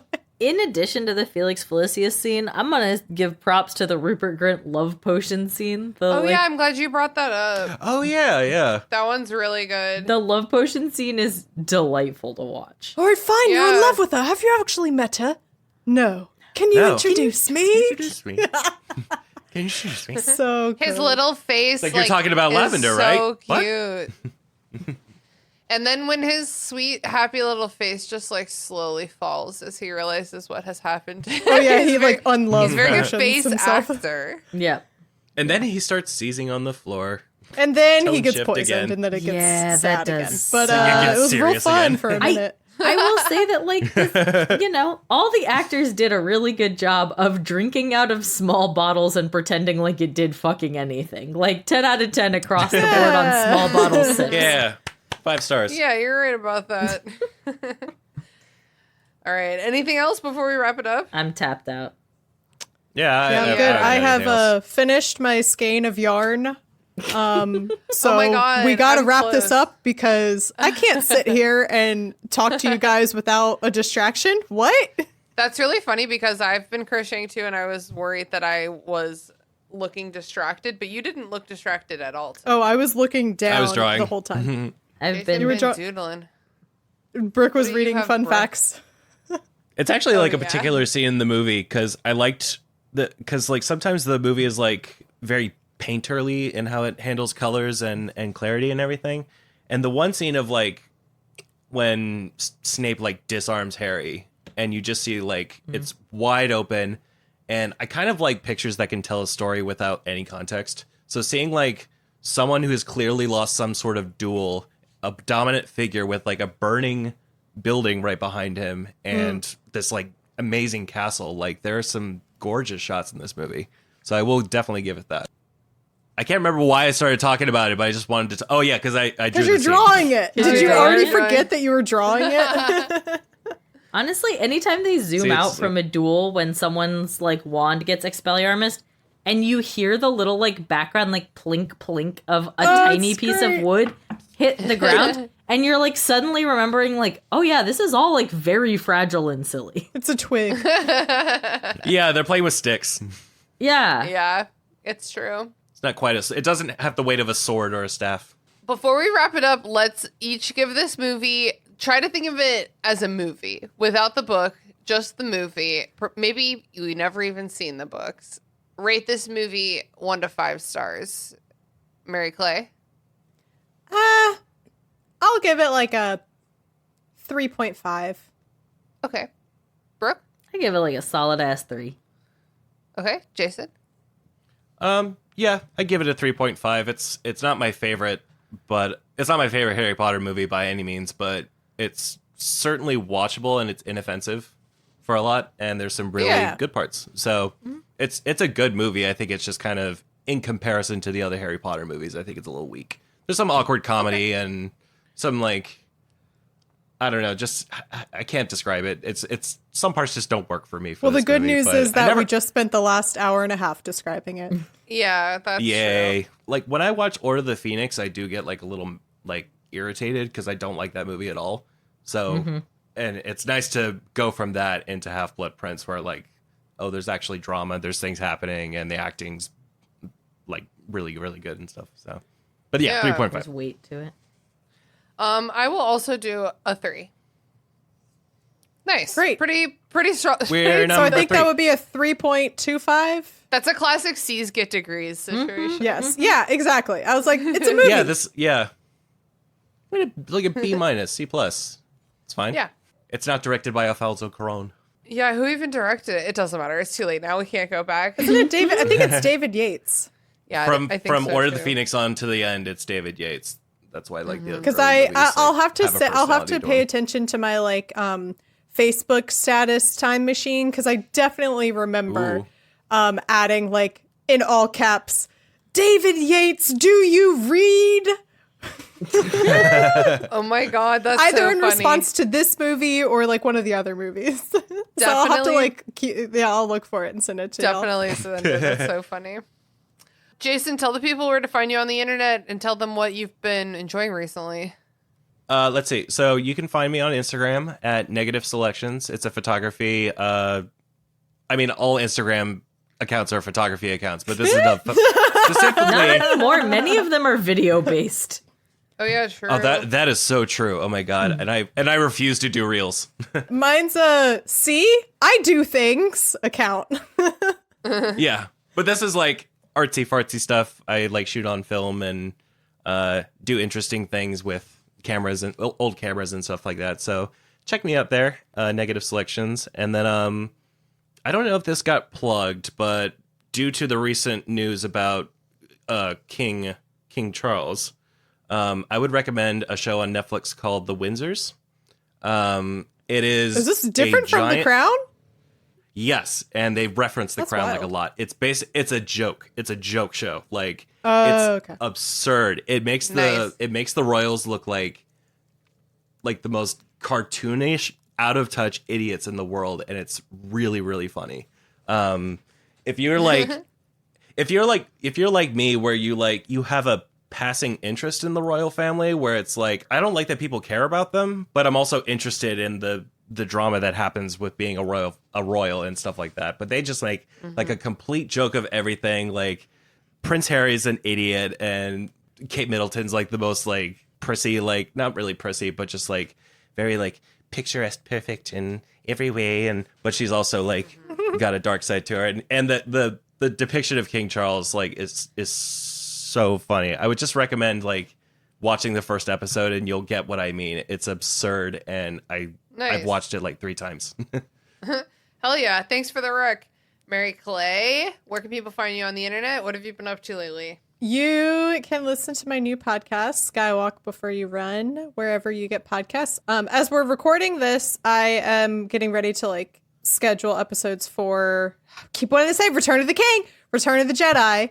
But currently Revenge episodes of are the coming Jedi. out for Empire it's Return of the Jedi. You can't say Revenge of the Jedi. You can't say that to me because then I get confused. Fun fact, the original title was Revenge of the Jedi, but George Lucas changed it because he sounded too aggressive.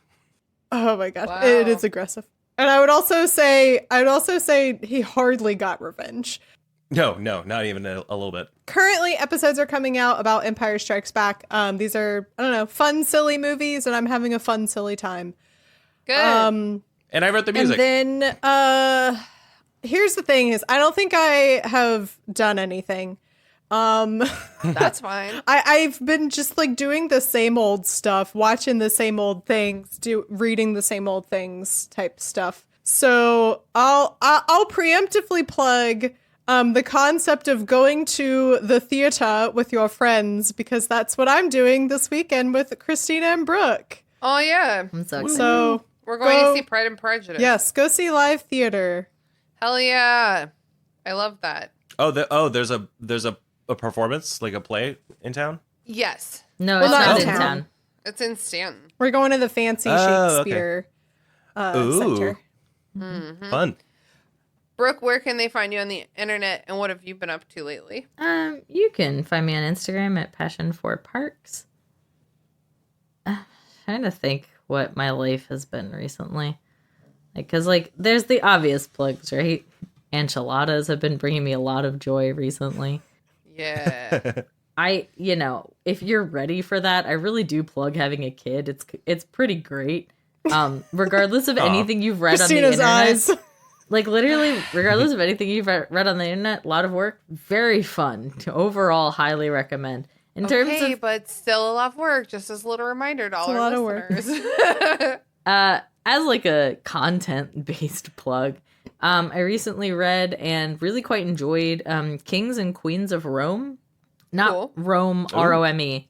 Rome, R-O-A-M. Oh, It that's is an important distinction. I was like, wow, what a boring ass historical novel. It's written by the same dude who wrote Big Fish. If you've seen that movie or read that Oh. book, Daniel Wallace. Oh, I love Big Fish. Yeah. Yeah, I like that movie. Man just really knows how to spin a yarn, and it was a thoroughly enjoyable book. It was just fun to read. Hell yeah. What was it called again? Kings and Queens of Rome. Oh, Cool. It's a short read. okay. Thanks for the I need rec. books for work.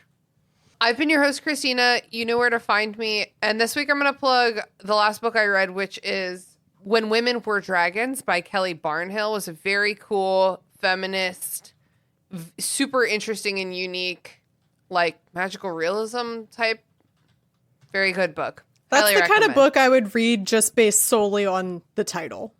You know? Yeah. Yeah. Yeah. And that's just like what the book is about. It's pretty straightforward. Cool. Yeah. Hell yeah. Well, thanks so much for joining me for this super chaotic episode about the movie. I really enjoyed I talking about it honestly with don't y'all. think it was chaotic at all. I think I we feel were like it all was- very well behaved. Way less chaotic than it could have been, Yeah. certainly. Well, Yeah. we definitely, it was just that we didn't, the conversation went everywhere. There was no Yes. through line like there usually And is. that's But I okay. think that's best for the movie episode. It got really serious and then it got really silly, just like the movie. Oh, Bye, everybody. Yeah, guys. Oh, Jason's left. Bye. Okay, bye. Forgot my snack. Oh, he's crinkling. It's been so great to be on this podcast. I can't wait to Deathly Hallows next. Oh my god, I can't believe Subscribe to our Patreon. Go check out Burn Before Reading because there's a two-parter today where I'm reading poetry to my ex that I wrote about him when we were like 14. The first poem is about how I love him, and the second poem is about how I hate him. the duality. Aw. Oh, to be young and to feel love's cruel sting.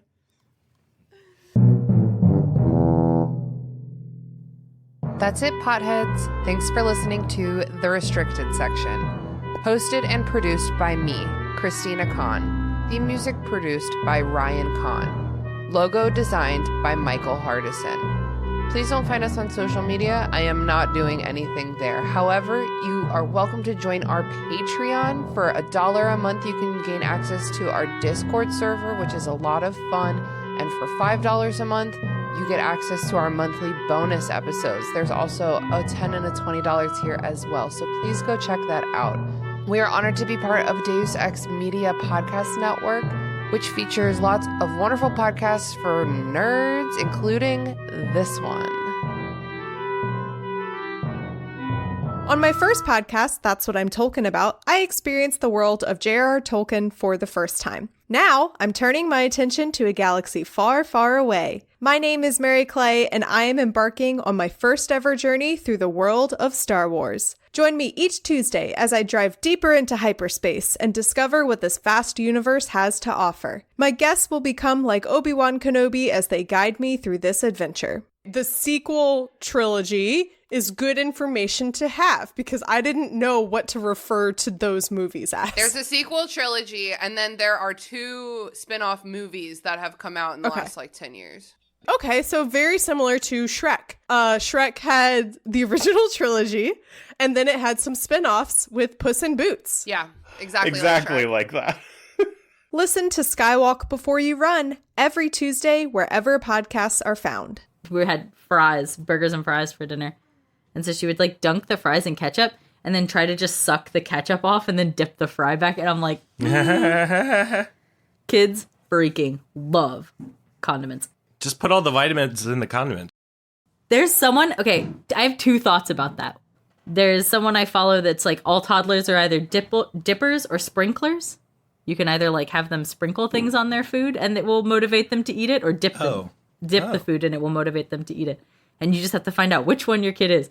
They're like, sometimes kids are both, but you can make anything into sprinkles. Like if you chop up broccoli, like you just do like the broccoli bits, broccoli sprinkles, you know what I mean? Like sprinkle it on your mac and cheese. So dippers and sprinklers.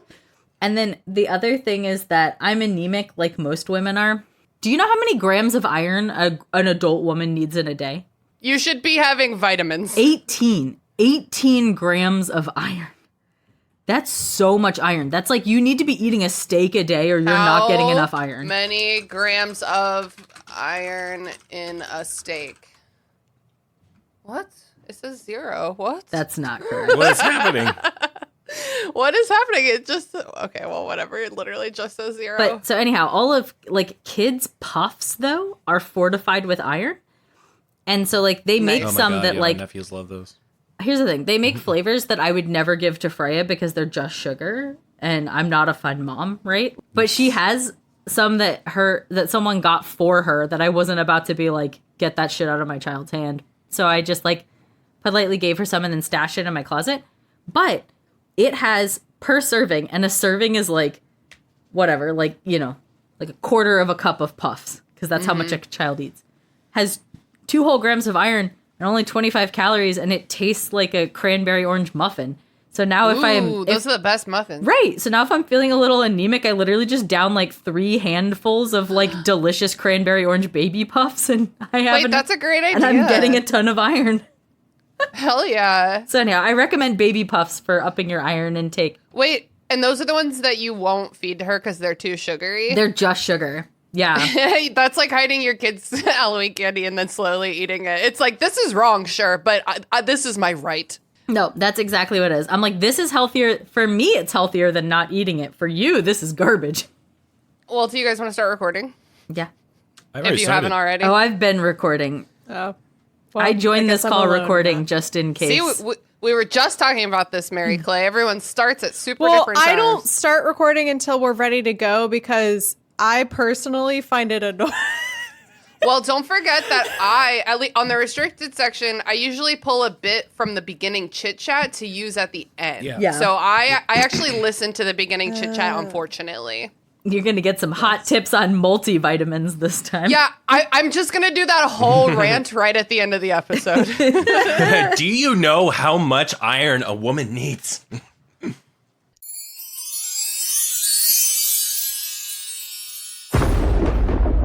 Dave X Media.